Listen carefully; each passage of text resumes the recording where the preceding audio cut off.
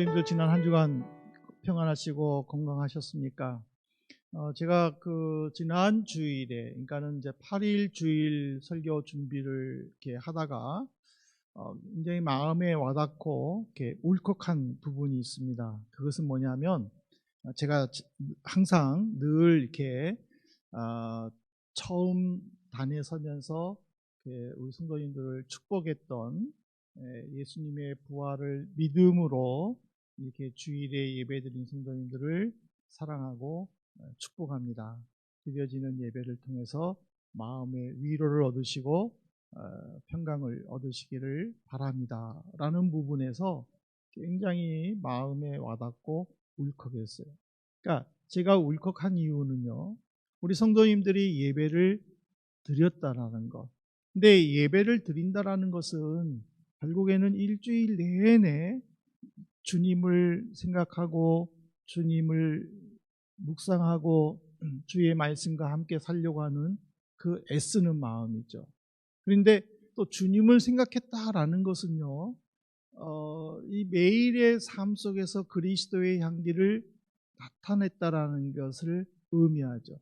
그러니까 그리스도의 모습, 또 성도다움, 그런 모습 속에 살다가 예배당에 왔을 때에 그 목사의 마음에서 우러나오는 이 축복의 말씀을 들었다라는 것. 그것을 제 개인적으로 생각했을 때는 너무나 감동스럽고 또 너무 감사하고 또 주님의 그 위로와 또 말씀이 제 마음을 이렇게 어루만져서 참 이렇게 울컥했던 기억이 있습니다. 근데 이거는 저만의 생각이죠. 근데 저는 성도님들께 한번 질문해 보고 싶어요. 이 짧은 두 절 아닙니까? 주님께서 제정하신 이 주일 예배를 드리기 위해 예배당에 나오신 성도님들을 사랑하고 축복합니다. 한 문장. 드려지는 예배를 통해서 하늘의 위로와 마음의 평안을 얻으시기를 바랍니다. 이 두 문장. 이 두 문장을 우리 성도님들은 어떻게 받아들여셨을까라는 거예요. 여러분들은 이 짧은 이 서론에 대한 이 두 문장을 어떻게 받아들이셨는지. 왜냐하면 오늘 우리가 함께 나눌 이 레아를 통해서 저는 중요한 하나님의 교훈을 깨달았기 때문입니다. 지도를 보시면 아시겠지만 이 창세기 29장은 야곱이 삶의 터전으로 삼았던 가나안, 좀 더 정확히 말하면은 브엘세바에서 약 북쪽으로 720km 정도 떨어진 이 밧담 아람이라는 지역의 그 하란에 외삼촌 라반이 살고 있는데, 거기로 도망가서 그곳에서 정착해서 사는 내용이 바로 이 창세기 29장입니다.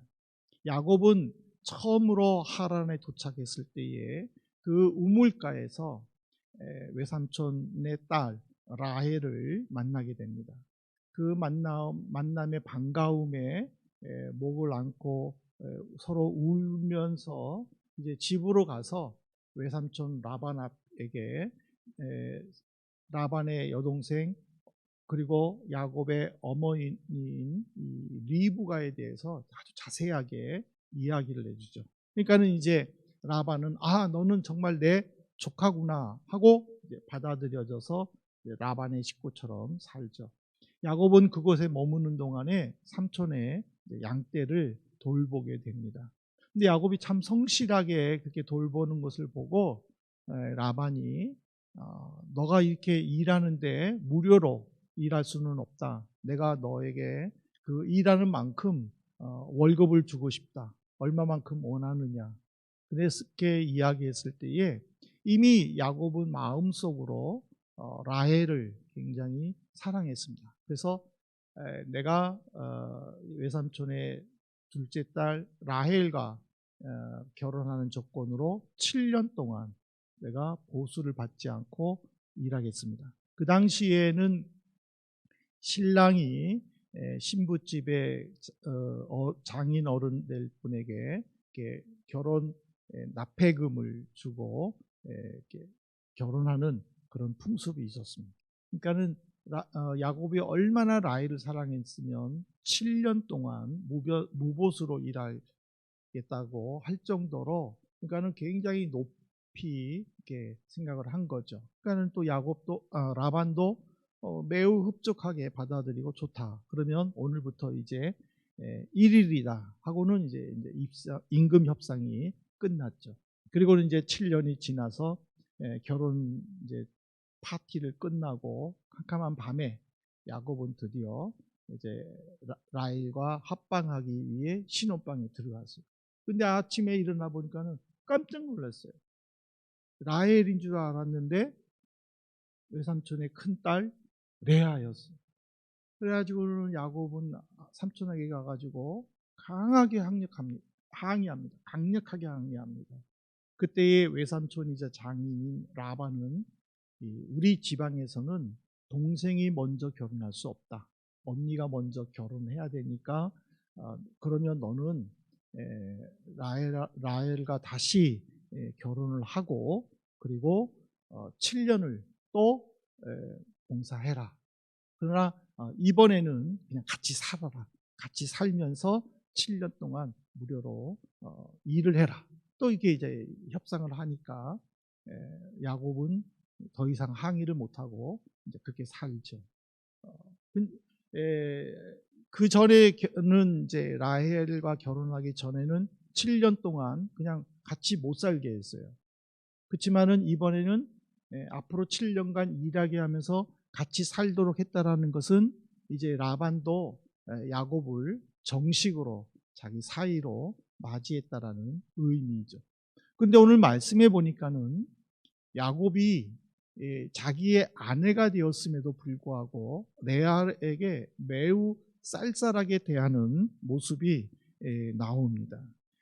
창세기 29장 31절에 보면은 여호와께서 레아가 사랑받지 못함을 보시고 그의 태를 여섰으나 라헬은 자녀가 없었더라. 이 사랑받지 못했다가 미움을 받았다 또는 차별 대우를 받았다로 번역될 수 있는 거예요.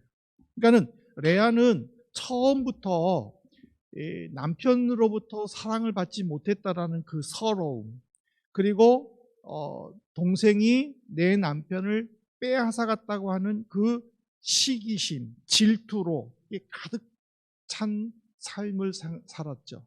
그런데 이 삶에 하나님은 레아의 아픔을 어루만져 주셨어요. 그래서 아들을 낳았는데 레아는 그 아들의 이름을 르우벤이라고 불렀습니다. 그러면서 하나님이 내 괴로움을 돌보셨다라고 기록을 32절에 했죠. 근데 이 르우벤은 아람어로 합성어예요. 보라라는 루와 아들이라는 벤의 합성어예요. 그러니까 보라, 아들이다 라는 뜻이 르우벤이에요. 그러니까 레아는 자기가 먼저 아들을 낳은 것에 대해서 지금 동생을 향해서 봐, 아들이야 하고 지금 함성을 지르는 거예요. 그러니까는 레아는 이 첫 아들을 통해서 억압받고 그 무시받았던 그 아픔을 보상받고 싶었던 것이죠. 그렇지만은 그녀는 여전히 낮은 자존감에 살게 되었고, 아들을 낳을 때마다 자기의 마음을 표현을 했습니다. 이런 내용을 통해서 하나님이 우리에게 주시고자 하는 교훈은 무엇일까? 그거는 우리도 때로는 어려운 환경 속에 또 헤어나올 수 없는 어떤 깊은 그런 좌절감 속에 내 스스로의 낮은 자존감을 떨쳐버리고 주님만 바라보면서 정말 더 높이, 더 멀리 어깨를 활짝 펴고 하늘을 나는 그런 모습을 보여야 할 것입니다. 그래서 저는 이 제목을 어깨를 활짝 펴십시오, 또 부제로는 레아가 사는 법이라는 제목으로 함께 말씀을 나누려고 합니다. 우리가 어깨를 쭉 펴고 더 높이, 더 멀리 날기 위해서는 첫 번째로 우리가 하나님 앞에 보여야 될 모습은요, 자존감을 높여야 합니다. 창세기 29장 17절에 보십시오. 레아는 시력이 약하고 라헬은 곱고 아리따우나. 이 시력이 약하다라는 것은요, 눈이 나쁘다라는 뜻이기도 하지만은 눈이 반짝이지 않다 또는 총기가 없다라는 의미예요. 그리고 이 레아라는 것은 이름의 뜻은요, 지친 또는 우둔함을 의미해요. 그러니까 역시 총기가 없다라는 거예요. 근데 반면에 라헬은요, 이름의 뜻이 밤양이에요. 이 유목민들에게 이 양은요, 사랑스러운 존재고, 그 중에 암양은 굉장히 필요하고 사랑받는 존재예요. 그런데 그녀는요, 곱고 아리따웠다라고 되어 있어요. 이게 모양이 아름답다라는 의미지만은 성품까지 포함된 그의 전인격을 의미하는 거예요. 그러니까는 라헬은 총기도 있어. 굉장히 똑똑하다라는 의미겠죠. 그런데 외모도 아름다운데 성품도 고와. 정말 이거는 많은 사람들이 사랑받을 수밖에 없고 사랑할 수밖에 없는 존재예요. 근데 반면에 레아는 총기가 없는 거예요. 우둔하다는 뜻이에요. 그러니까는 그녀가 온 집안에서 얼마나 가족들에게, 부모님들에게 이 걱정거리가 되었는가를 가르쳐 주는 말씀이에요. 근데 이런 속에서 아버지는 레아가 걱정되어서 야곱과는 라헬을 결혼시키기로 약속을 했지만은 라반은 신부를 바꿔치기 하죠. 그러니까는 레아는 아버지로 인하여 레아로서가 아니라 동생인 척하면서 야곱과 결혼해야 되는 그 상황에 지금 있다라는 거예요. 이거는 그녀가 얼마나 자존감이 낮는가를 가르쳐 주는 거예요. 그뿐이에요. 레아는 결혼을 했지만은 야곱으로부터 차별 대우를 받고 사랑받지 못하기 때문에 늘 시기와 질투심에 살게 되는 거예요. 그래서 르우벤을 낳았을 때는 보라, 아들이다 라고 이야기를 했지만은 둘째 아들 시므온을 낳을 때는 하나님이 내 괴로움을 들으셨다라는 의미로, 듣다라는 의미로 시므온이라는 이름을 기록했어요. 그런데다가 또 셋째는 레이예요. 레이는 이제야 남편이 나와 함께 이제는 연합할 것이다. 그런 마음의 소원을 담아서 연합이라는 뜻의 레이라는 이름을 썼어요. 근데 레아 시대 때는요, 어느 누구도 몰랐어요. 근데 하나님의 섭리가 얼마나 큰지 보실래요? 레아는 남편으로부터 사랑받지 못했죠. 부모님으로부터 인정받지 못했죠. 그렇지만은 그가 낳은 셋째 레이를 통해서 하나님은 그 지파에게 영원한 제사장 직분을 주셨어요. 그리고 레이의 후손 중에는 특별히 아론을 세워서 대제사장직을 맡기셨어요. 그리고 대제사장직의 끝판왕인 예수 그리스도가 거기에 세워짐으로 말미암아 레위 지파는 사랑을 받지 못하고 인정받지 못한 그 레아를 통해서 하나님은 큰 일을 감당하신 거예요. 이뿐입니까? 넷째 유다를 보십시오. 하나님은 유다에게 이스라엘을 다스릴 지도자가 나타날 것이다라고 약속을 하셨어요. 그리고는 다윗 왕국을 세워주셨어요. 그 다윗 왕국의 마지막 왕이 예수 그리스도예요. 예수님은 메시아로서 인류를 구원하실 왕이요, 제사장이요, 그리고 선지자로서 정말 완벽하게 갖추고 이 세상에 오셨다라는 의미예요. 창세기 28장 4절에 보면은 아브라함에게 허락하신 복을 내게 주시되 너와 함께 내 자손에게도 주사 하나님이 아브라함에게 주신 땅 곧 네가 거류하는 땅을 내가 차지하게 하시기를 원하노라. 지금 이삭은 야곱을 이제 처남집에 보내면서 축복을 한 거예요. 이 축복의 가장 중요한 것은 뭐냐면 하나님께서 아브라함을 세우시고 당신이 세우신 그 원대한 계획들이 이삭을 통해 야곱을 통해 그의 후손들에게 이루어지기를 원한다라는 그런 축복이에요. 근데 이 약속이 야곱의 아들들을 통해서 이루어진 거예요. 그 첫 시작을 루벤이 한 거예요. 그리고 레아가 낳은 이 루벤과 시므온과 그리고 또 레이와 유다와 또 나중에 또 두 아들을 낳지 않습니까? 이사갈과 스불론과 이 모든 아들들이 이스라엘의 지파의 대표로서 큰 역할을 감당했다라는 거예요. 그리고 레이와 유다는 특별한 존재로 급부상했다라는 거예요. 이거는 뭐냐면은 동생과의 비교 대상에서 늘 패배자였지만은 이제는 절대 우위에 있다라는 것을 가르쳐 주는 거예요. 레아에게 약속하셨던 그 하나님은 이 시대에 우리에게도 똑같은 은혜를 주시는 거예요. 하나님은 당신이 택하신 그 성도들을 통하여서 계획들을 이루어 주시는 거예요. 성경에 기록된 수많은 영적 거장들을 보십시오. 그들은 비록 힘들고 어려움이 많았지만은 인내로 버텼어요. 죽음의 연단 속에서도 신앙을 포기하지 않았죠. 히브리서 11장 40절에 보십시오. 이는 하나님이 우리를 위하여 더 좋은 것을 예비하셨은즉 우리가 아니면 그들로 온전함을 이루지 못하게 하려 하심이라.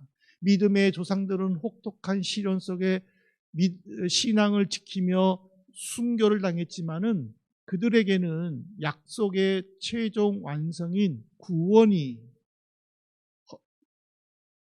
허락받지 못하고 죽었어요. 구약의 조상들은요, 내가 너를 구원할 것이다라는 확증을 받지를 못한 거예요. 메시아가 탄생함으로 구원이 이루어질 것이다라는 이 약속만 듣고 그들은 그럼에도 불구하고 신앙을 지키며 믿음의 순결함을 지켰던 거예요. 그렇지만은 예수 그리스도가 이 땅에 오심으로 십자가에 죽고 부활하심으로 말미암아 이제는 하나님의 약속의 최종인 구원이 완성된 거예요. 누구든지 예수 그리스도의 죽음을 믿은 자들은 구원이 성취가 되는 거예요. 그러므로 우리는 구약의 그 믿음의 거장보다도 더 확실한 신분이 된 거예요. 구원의 확증을 받은 그런 하나님의 거룩한 존재로 이제는 우리가 할 수 있는 일은 그 사실을 믿는다면은 자존감이 높아져야 되는 거예요. 어깨를 활짝 펴야 되는 거예요. 여러분도 어깨를 한번 활짝 펴십시오. 나는 하나님의 자녀다. 나는 구원받은 하나님의 자녀다. 내가 비록 내가 내가 계획한 대로 이루어지지 않아서 고민에 빠지고 내 자신의 어떤 삶의 질이라든지 또는 실력이라든지 그것들로 인하여 위축될지언정 그 위축된 삶에서도 하나님은 나를 거룩한 아들로 택해 주신 존귀한 자라는 사실을 믿을 때에 우리는 자존감이 높아질 줄로 믿습니다. 두 번째로는 우리가 어깨를 활짝 펴고 당당하게 사는 그 레와 같은 삶을 살기 위해서는요, 내 장점을 극대화시켜야 되는 거예요. 창세기 29장 35절에 보십시오. 그가 또 임신하여 아들을 낳고 이르되 내가 이제는, 여러분 이거 이제는에다가 여러분 성경책에다가 동그라미 치세요. 굉장히 중요합니다. 여호와를 찬송하리로다 하고 이로 말미암아 그가 그의 이름을 유다라 하였고 그의 출산이 멈추었더라. 이 출산이 멈췄다라는 것은 아예 아이를 더 이상 출산할 수 없다라는 것이 아닙니다. 창세기 30장 17절부터 21절에 보면은 레아가 또다시 이사갈과 스불론을 낳죠. 그리고 딸 디나를 낳아요. 그다음에 여기서 출산이 멈췄다라는 것은 일시적인 멈춤을 의미하는 거예요. 그런데 레아는 하나님이 찾아가 주심으로 인하여 라헬보다도 먼저 아이를 낳았잖아요. 근데 아이를 낳을 때마다 레아는 자존감이 회복된 게 아니에요. 여전히 아들을 낳을 때는 기뻤지만은 또 살다 보면은 또 낮은 자존감 속에서 또 동생에 대한 시기 그리고 남편에 대한 미움이 여전히 있었던 거예요. 그러니까는 시므온을 낳고도 그런 하나님이 내 고통을 들었다라고 얘기하는 거고, 레이를 낳고도 이제는 남편이 나와 같이 살겠지라는 그런 소망을 담아서 레이라고 이름을 한 거예요. 하지만은 여전히 남편은 레아를 쌀쌀맞게 구른 거예요. 그렇겠죠? 그런데 레아는 여기서 회복한 거예요. 뭐라고 회복했느냐면은 넷째 아들을 딱 낳고 나서는 내가 여호와를 찬송하겠다라는 거예요. 그리고는 뭐라고 얘기했어요? 이제는이라고 얘기하는 거예요. 이제는 여호와를 찬송하리라. 그전에는 남편을 바라본 거예요. 남편이 나와 같이 살아주겠지, 남편이 나를 사랑해주겠지, 남편이 나를 안아주겠지, 그런 호기심과 그런 소망 속에서 남편을 바라봤는데, 유다를 낳고 나서는 남편을 바라보지 않고 하나님을 바라본 거예요. 내가 이제는 여호와를 찬송하겠다. 레아는 태어나면서부터 라헬과 늘 비교의식 속에 살았어요. 항상 뒤처졌어요. 그 삶의 뒤처짐의 최악의 결과는 동생 대신 자기가 동생인 척 야곱하고 결혼한 거예요. 이거는 같은 여자라서가 아니라 일반 사람이 생각해도 너무나도 자존심이 상해서 상처받는 삶이에요. 레아는 단 한 번도 레아로서 인정받지 못했다라는 의미예요. 그런데 물론 비록 지금의 시대는 변하긴 했지만은요, 이 당시에는 결혼 후에 자녀를 잉태한다는 것은 당연한 것이었어요. 그런데 라헬은 자기가 4명의 아들을 낳을 동안 단 한 명의 아들도 낳지 못한 것을 비교하면서 이제 라헬은 자기와 경쟁 대상이 아니다라고 결론을 내린 거예요. 그전에는 늘 동생이었지만은 경쟁 대상이었어요. 동생인데도 예쁘죠. 동생인데도 똑똑하죠. 그러니까는 늘 자존감이 낮은 속에서 비교의식 속에서 질투가 있었고 시기가 있었던 거예요. 그의 마음속에는. 그러나 이제는 자기의 장점을 발견하게 되니까는 동생을 안 본 거예요. 남편을 안 본 거예요. 이제는 하나님만 바라보게 된 거예요. 하나님만 바라보면서 만족하게 된 거예요. 내 삶의 만족. 그래서 이제는이라고 성경은 표현한 거예요. 그러니까는 이 이제는이 바로 레아의 삶의 터닝 포인트였다는 거예요. 이제는 우리의 터닝 포인트가 언제 이제는일까? 이거는 우리 스스로가 결정해야 되는 거예요. 하나님은 레아의 이 삶을 보여주면서 우리에게 요구하는 거는요, 자신만의 장점을 찾고 그거를 통해서 어떤 어려움과 난간도 헤쳐나가고 우뚝 서라라는 의미예요. 레아처럼 낮은 자존감의 울타리에 갇히게 되면은요, 내 장점을 찾지를 못하게 되는 거예요. 늘 불안하고 비교의식 속에서 자유롭지 못하다라는 거예요. 그렇지만은 내 장점을 찾게 되면은요, 스스로 비교의식에서 해방될 수 있는 거예요. 낮은 자존감에서 벗어날 수 있다라는 사실이에요. 사랑하는 성도 여러분, 저는 이제 말씀을 맺으려고 합니다. 말씀을 맺으면서 우리나라 최초 심리 소설인 이상의 날개라는 그 소설의 일부를 인용을 하려고 합니다. 그 내용에 보면은요, 이런 게 있어요. 나는 불현듯이 겨드랑이가 가렵다. 아하, 그것은 내 인공의 날개가 돋았던 자국이다. 걷던 길을 멈추고 그리고 한번 이렇게 외쳐보고 싶다. 날개야, 돋아라. 날자, 날자, 날자. 한 번만 더 날잡구나. 한 번 더 날잡구나. 무기력한 자신의 처지를 바라보면서 이 박제된, 즉 틀에 잡힌 이 삶에서 탈출하고자 하는 그 인물의 처절한 부르짖음. 현실은요, 우리에게요, 박제된 삶을 요구해요. 1 더하기 1은 반드시 2이어야만 해요. 중학교를 졸업하면 바로 고등학교를 가야 돼요.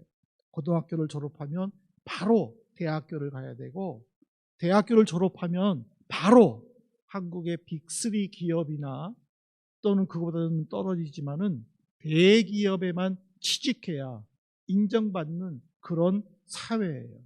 대학교까지 졸업했는데 대기업도 못하고 일반 중소기업 가면은 아유 그렇게 해서 살겠어 하고 걱정해 주는 게 지금의 시대라는 의미이죠. 이것은 큰딸이 먼저 시집 가야 한다고 억지를 부리면서 예비 사위와 약속했던 그 신뢰의 약속을 어기고 수단과 방법을 가리지 않고 자기의 욕심을 채우려고 하는 라반의 모습이에요. 그리고 열등감과 낮은 자존감을 감추기 위해 마지못해 아버지의 그런 계획에 협조했던 레아와 같은 모습이에요. 하지만은 낮은 자존감에서 변해 내 자신만의 장점을 발견했을 때에는 이제는 스스로 하나님을 찬양하는 레아의 삶이 변했듯이 우리도 더 이상 박제된 삶의 울타리 안에서 우리는 벗어나야 돼요. 우리는 한 번 더 날개를 펴고 날잡구나 하고 우리 스스로가 한번 외쳐봐야 돼요. 신앙의 날개를 넓게 펴야 돼요. 더 멀리, 더 높이 날아갈 수 있는 어깨를 넓게 펴셔야 돼요. 우리에게는요, 결정권이 있어요. 박제된 세상에서 거기에 맞춰서 살 것인가, 아니면 나만의 장점을 찾아서 그것을 이루기 위해 비록 낮은 자존감이지만은 그 자존감 속에서 하나님께서 반드시 계획하신 일을 이루실 것이라는 그 믿음을 가지고 살 것인지 이거를 결정해야 돼요.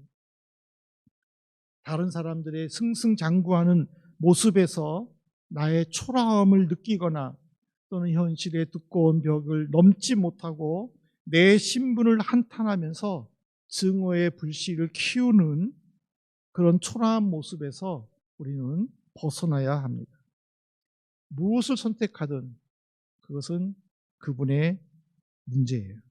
그러나 더 중요한 것은 하나님께서 주시는 믿음의 비전을 바라보셔야 돼요. 여러분 어깨를 넓게 펴십시오. 야, 내가 겨우 이것밖에 안 되나?